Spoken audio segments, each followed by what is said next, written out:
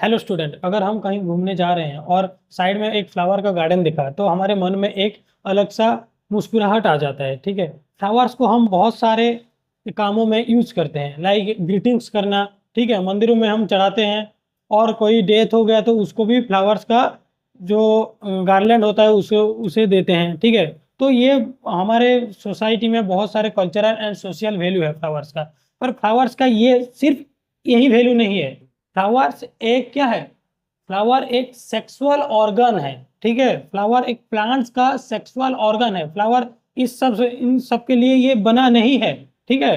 तो आज हम पढ़ने वाले हैं sexual reproduction in flowering plant, जो 12th एनसीईआरटी का फर्स्ट चैप्टर है। ठीक है।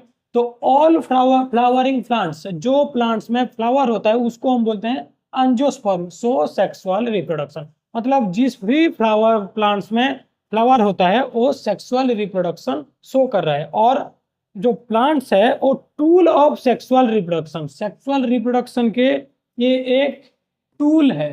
ठीक है, ये हमारे लिए ये हम यूज कर रहे हैं, पर ये प्लांट का यूजफुल टूल है। ठीक है। The beautiful myriads of flower colours and fragrance the tools of sexual reproduction. मतलब जो फ्लावर्स जो ब्यूटीफुल दिखता है, जो फ्रेगरेंस होता है, ठीक है, वो हमारे लिए नहीं है। वो सेक्सुअल रिप्रोडक्शन के यूज करने के लिए, सेक्सुअल रिप्रोडक्शन के काम आने के लिए ये टूल है। ठीक है। तो जो सेक्सुअल रिप्रोडक्शन फ्लावरिंग प्लांट्स में होता है उसका एंड प्रोडक्ट होता है फ्रूट्स एंड सीड।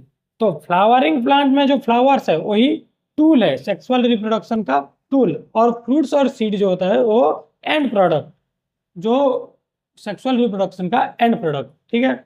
तो हमारे ये फ्लावर सोशल और कल्चरल वैल्यू तो है, पर to a biologist it is a morphological and embryological marvel.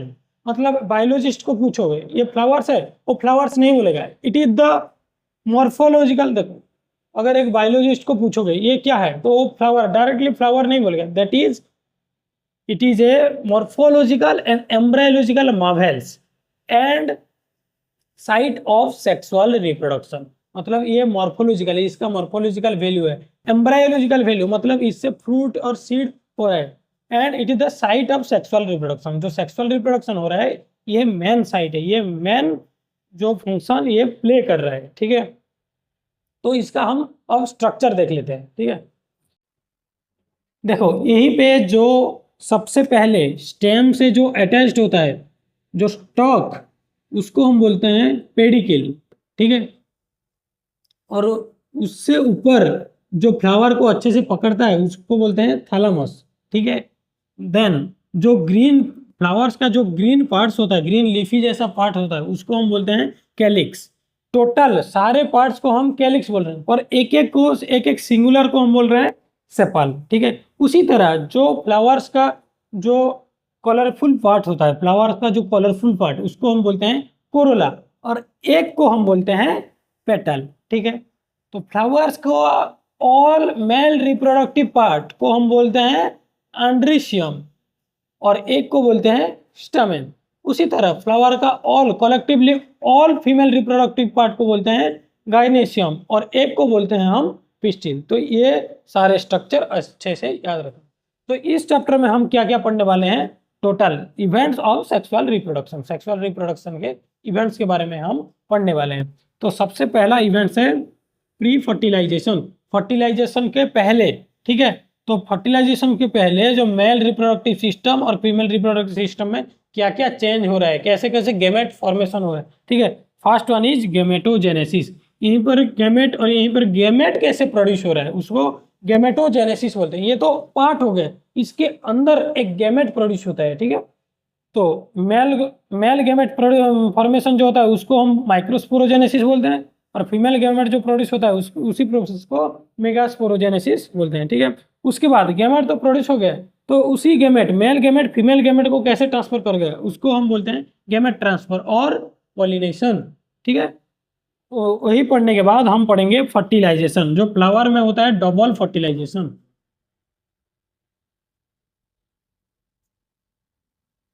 ठीक है।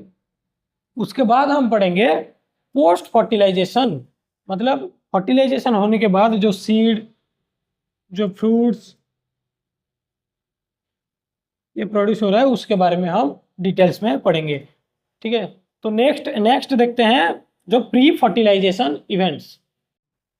नेक्स्ट है pre fertilisation structure and event. तो ये सबसे पहला इवेंट है। फ्लावर होने से पहले, फ्लावर ब्लूम होने से पहले जो प्लांट डिसाइड करता है कि कहाँ पे फ्लावरिंग करना चाहिए। Before a flower become visible the plant has already decided to flower. सबसे पहले क्या होता है, shoot apical meristem convert into floral meristem. जो सूट एपिकल मेरिस्टेम होता है वही फ्लोरल मेरिस्टेम में कन्वर्ट हो रहा है। उसके बाद वहीं पे hormonal and structural changes happens in floral meristem. After that formation of floral primordium will occur. Floral primordium means the part, the cell which divide multiple times, which rapidly divide, that is floral primordium। ठीक है, यहीं पर एक part होता है that is floral प्रीमोडियम जो rapidly divide करता है। उसके बाद क्या होता है, बॉड इज फॉर्म। जो फ्लावर से पहले जो बॉड होता है, देखते हैं, जो ये फ्लावर से पहले जो बॉड होता है, bud is form, then bud developed into a flower. ठीक है, बॉड फ्लावर से फ्लावर को डेवलप होता है। तो अब हम क्या करेंगे, जो मेल रिप्रोडक्टिव पार्ट्स है उसको हम डिटेल्स में देखेंगे। देखो ये फ्लावर्स में एक फीमेल रिप्रोडक्टिव पार्ट था और ये मेल रिप्रोडक्टिव पार्ट। तो ये मेल रिप्रोडक्टिव पार्ट को हम बोल रहे थे स्टामेन। उसी स्टामेन का स्ट्रक्चर में हम डिटेल्स में हम देखते हैं।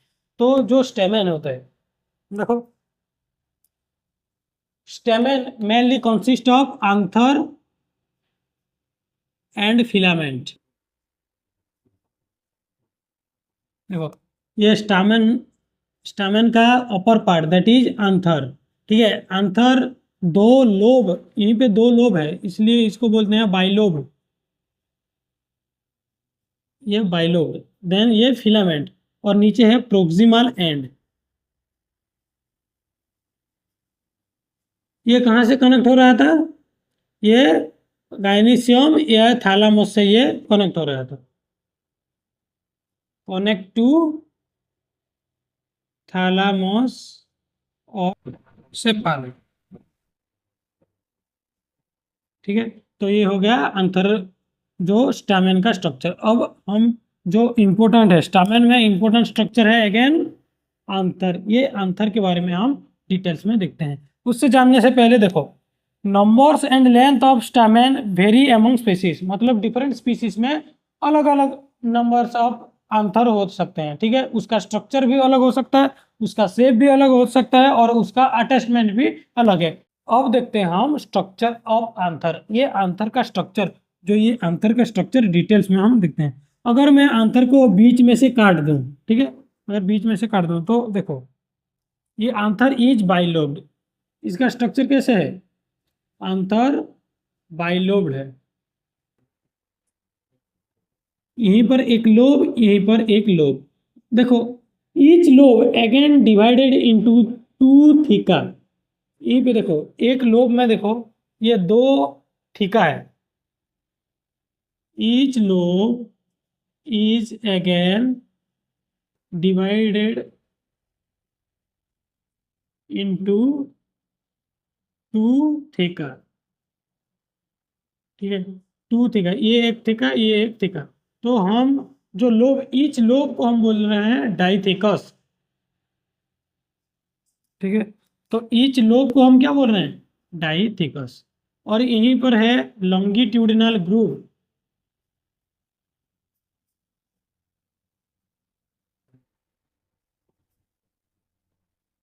जो क्या कर रहा है, देखो यहीं पर एक लोब है, यहीं पर एक लोब है, इन दोनों को सेपरेट कर रहा है,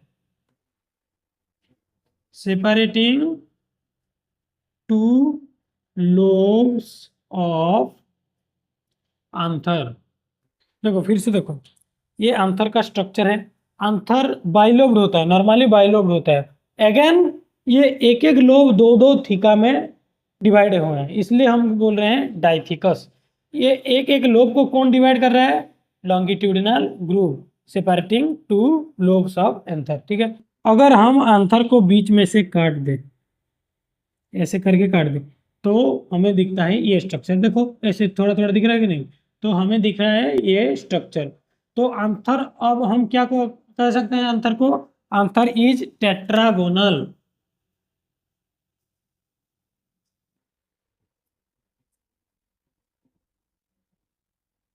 ये टेट्रागोनल स्ट्रक्चर हैविंग फोर। क्यों टेट्रागोनल बोल रहे हैं? क्योंकि यहीं पर 4 माइक्रोस्पोरेंजिया है।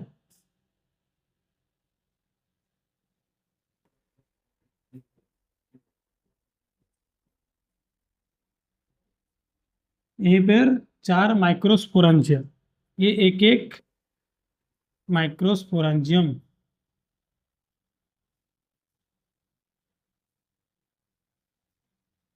ठीक है, माइक्रो, ये एक एक सिंगुलर है माइक्रोस्पोरेंजियम, प्लूरल है माइक्रोस्पोरेंजिया। ठीक है, तो एक एक माइक्रोस्पोरेंजियम।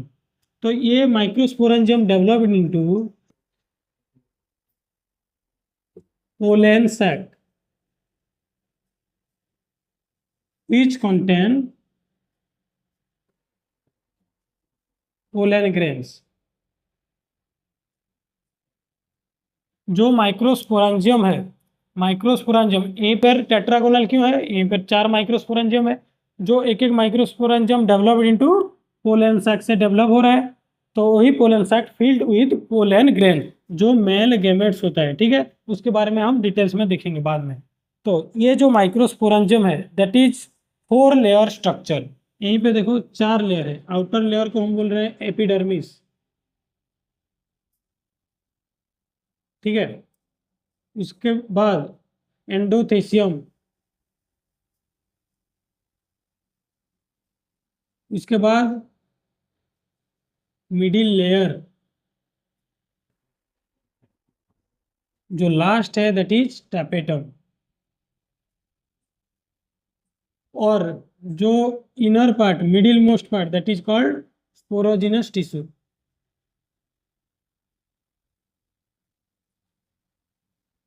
देखो, अब इसको हम माइक्रोस्कोपिक स्ट्रक्चर देखेंगे तो ये सबसे ऊपर क्या हो गया? एपिडर्मिस, उसके बाद एंडोथेसियम, उसके बाद मिडिल लेयर, नेक्स्ट जो रेड कलर का टैपेटम। ठीक है, तो ये तीनों का इंपॉर्टेंट फंक्शन है। देखो, epidermis, endothecium and middle layer, ये आउटर लेयर है। ठीक है, इनका इंपॉर्टेंट फंक्शन है प्रोटेक्ट एंड डाइसेंस ऑफ आंथर। ये आंथर को प्रोटेक्ट कर रहे हैं और डाइसेंस कर रहे हैं, मतलब ये फट रहा है, फटने के बाद जो यहीं पर जो पोलन ग्रेन है वो फट के बाहर निकलता है। ठीक है, that is protect and dehiscence of anther. तो जो स्टैपेटम लास्ट में है, टापेटम, टापेटम क्या कर रहा है? Tapetum helps in providing nourishment to pollen grain. जो पोलन ग्रेन डेवलप्ड होगा यहीं पे बाद में, तो उसको नॉरिशमेंट प्रोवाइड करेगा कौन? टापेटम। ठीक है, तो ये हो गया हमारा स्ट्रक्चर। जो टापेटम होता है वो नॉर्मली, जो टापेटम ये बाई लोब्ड या बाई न्यूक्लिएटेड या और मल्टी न्यूक्लिएटेड, मतलब यहीं पे 2 न्यूक्लियस भी हो सकता है और 2 से ज़्यादा भी न्यूक्लियस हो सकता है। कहाँ पे?